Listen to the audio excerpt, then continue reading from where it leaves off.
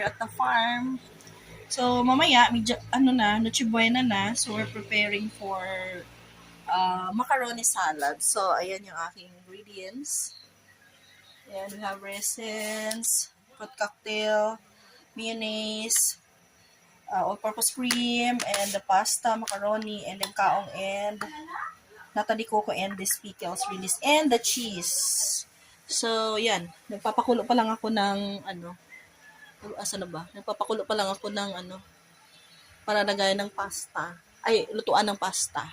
So, now, magayat-gayat muna tayo ng cheese, and later on, next naman kung ano yung pwedeng gawin. Kasi na lang kami, maglilitsyon ulo na lang kami. So, pinaligo ko nga. So, yun lang muna guys. And later, kung anong next gawin. Kasi medyo matagal pa to.